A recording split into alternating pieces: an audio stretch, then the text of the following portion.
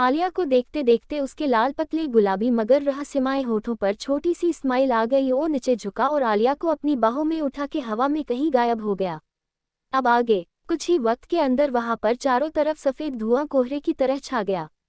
उस धुएं के अंदर से एक लंबी और पतली सी परछाई निकली। फिर धीरे धीरे वो सारे धुएं वहां से ऐसे गायब हुए जैसे कुछ वक्त पहले वहां पर कोई धुआं था ही नहीं। जो पतली और लंबी परछाई उस धुएं से निकली थी, वो परछाई धीरे धीरे एक आदमी की शक्ल में आ गया। वो आदमी देखने में आम इंसानों को तरह ही था, लेकिन उस आदमी में सबसे खास उसकी वो गहरी सब्ज आंखें थी जो कि आम इंसानों से बहुत अलग थी। वो आदमी देखने में काफी लंबा और बहुत खूबसूरत था। उसके काले सिल्की बाल उसके कमर तक लहरा रहे थे। उस आदमी ने अपने शरीर पर सफेद कपड़ा सर से लेके पांव तक पहन रखा था। जितनी सफेद उसकी लिबास थी उतनी ही सफेद उसका शरीर था। ऐसा लग रहा था जैसे उसका वो लिबास उसके शरीर का एक हिस्सा हो। वो आदमी अपनी गहरी नजरों से सिर्फ और सिर्फ आलिया को ही देख रहा था। उसके लाल पतले मगर रहस्यमय होठों पर आलिया को देख के एक छोटी सी स्माइल थी। वो आलिया को देखता हुआ उसकी तरफ बढ़ने लगा।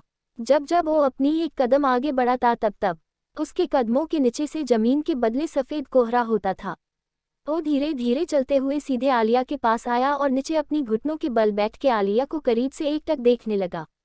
आलिया इस वक्त गहरी नींद में सोई हुई थी, या फिर यूं कहे कि वो इस अनजान आदमी की जादू से अपने होश में ही नहीं थी। आलिया के कुछ लटे बार बार उसके चेहरे पर आके उसके गालों को छू रहे थे।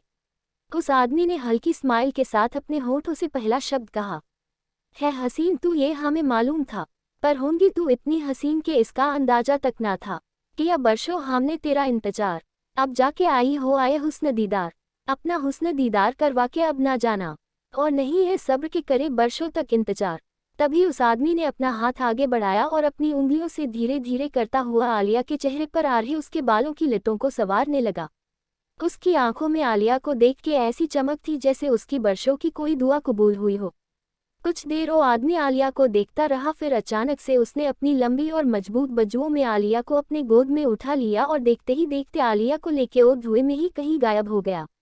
वही साहिला और आमिना अभी भी बेहोश उस पेड़ के नीचे सो रही थी। अन दोनों को इस बात का जरा सा भी अंदाजा नहीं था कि आलिया के साथ किया हुआ है। वही दूसरी तरफ आलिया इस वक्त गहरी नींद में अपने सपने में एक ऐसी जगह पर पहुंच गई थी जिस जगह को उसने अपने सपनों में भी नहीं देखा था। आलिया जहां पर खड़ी हुई थी वहां चारों तरफ सफेद बादल छाए हुए थे। उसके पैरों के नीचे उसे ताज़ी हरी हरी नरम घास दिखाई दे रही थी। उसके चारों तरफ रंग बिरंगी तितलियां इधर उधर उड़ रही थी। दूर दूर तक कोई भी इंसान या किसी का घर दिखाई नहीं दे रहा था। उसकी आंखें जितनी दूर देख सकती थी वहां तक उसे सफेद नीला आसमान, चारों तरफ छाई धुंध और नीचे हरी घास और दूर शांत समंदर दिखाई दे रहा था। आलिया को यह नज़ारा बहुत ज्यादा खूबसूरत लग रहा था। वो खुशी से उन तितलियों को पकड़ने के लिए उनके पीछे भागने लगी, लेकिन वो तितलियां थी कि उसके हाथ में आ ही नहीं रही थी। लेकिन फिर भी आलिया उनका पीछा करना नहीं छोड़ रही थी। तभी आलिया भागते भागते वहां पर मौजूद समंदर के करीब पहुंच गई। तभी आलिया ने देखा कि वो सारे तितलियां जाकर एक आदमी के ऊपर बैठ गई है जो कि इस वक्त समंदर के किनारे खड़ा हुआ था और समंदर की पानी उसके पाँव को भीगा रही थी। आलिया उस आदमी को गौर से देखने लगी।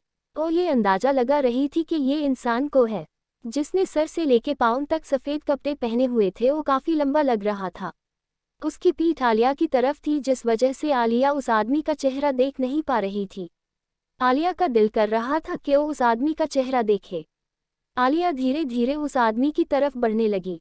जैसे ही आलिया उस आदमी के ठीक पीछे पहुंची तभी उस आदमी पर बैठे वो सारे रंग बिरंगी तितलियां आसमान की तरफ उड़ गई और वो आदमी धीरे से आलिया की तरफ मुड़ा।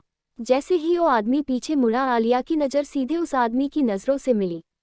आलिया ने उस आदमी की ओ गहरे सब्ज आंखें देखी तो आलिया अपनी पलकें तक झपकाना भूल गई। वही आलिया के सामने खड़े उस आदमी के होठों पर बेहद दिलकश मुस्कान बिखरी हुई थी। उस आदमी के आंखों को देखते हुए आलिया के मुंह से अचानक से निकला, कितनी ज्यादा खूबसूरत आंखें हैं। ये सुन के सामने खड़े आदमी के होठों पर वो मुस्कान और भी गहरी हो गई और वो आदमी ये सुन के सामने खड़े आदमी के होठों पर वो मुस्कान और भी गहरी हो गई और वो आदमी अपनी दिलकश आवाज में बोला, जी जो भी है सब कुछ आपका ही है मेरी मलिका। तभी जैसे आलिया को एक झटका लगा और उसके सामने से सब कुछ गायब हो गया, वो नजारा, वो समंदर, यहाँ तक कि वो आदमी भी। आलिया हड़बड़ी में इधर उधर उस आदमी को ढूंढने की कोशिश करने लगी, लेकिन चारों तरफ अब सिर्फ और सिर्फ अंधेरे का राज था, काला और गहरा अंधेरा। आलिया ने तो अभी तक उस आदमी की शक्ल भी नहीं देखी थी। आलिया बेचैन होकर चारों तरफ इस आदमी को ढूंढने लगी, लेकिन तभी उसके कानों में कुछ दूर से आवाजें आती हुई सुनाई देने लगी। इस काली अंधेरी जगह पर आलिया को अपना नाम कोई पुकारता हुआ सुनाई देने लगा। तभी आलिया ने एक ही झटके में अपनी आंखें खोल दी, तो उसके सामने वही बरगद का पेड़, वही झरना, साहिला और आमिना थी। अचानक से आलिया अपने सामने साहिला और आमिना को देख के चौंक गई। उसे कुछ समझ नहीं आ रहा था कि ये सब क्या हो रहा था उसके साथ। तभी अचानक से आलिया को अपना सर भारी भारी सा लगा। आलिया ने अपने दोनों हाथों से अपना सर पकड़ लिया।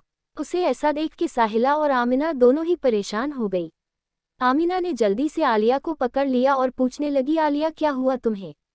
आलिया ने धीरे से कहा, नहीं कुछ नहीं, बस मेरे सर में थोड़ा दर्द हो रहा है। ये सुन के साहिला ने जल्दी से कहा, देखा देखा, मैंने कहा था ये जगह ठीक नहीं है, पर तुम दोनों ही नहीं मान रही थी, देखा ना क्या हुआ अब आलिया के साथ।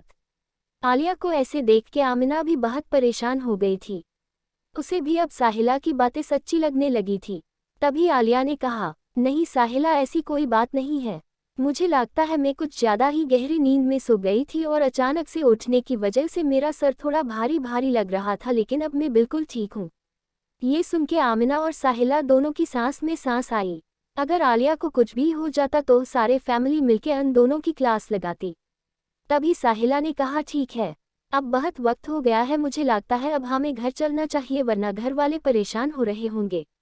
आते वक्त भी हमने किसी को कुछ नहीं बताया था कि हम कहाँ जा रहे हैं। ये सुन के आमिना ने भी साहिला के हाँ में हाँ मिलिए, लेकिन अनाजे क्यों पर आलिया को इस बरगद के पेड़ को छोड़ के जाना अच्छा नहीं लग रहा था। लेकिन वो भी जानती थी कि अब बहुत देर हो गई है। अगर अब वो घर नहीं गई तो घर वाले जरूर उसे ढूंढेंगे और वो किसी को परेशान नहीं करना चाहती थी। इसलिए आलिया भी घर जाने के लिए तैयार हो गई। साहिला, आमिना और आलिया तीनों ही वहां से निकल गए घर की तरफ।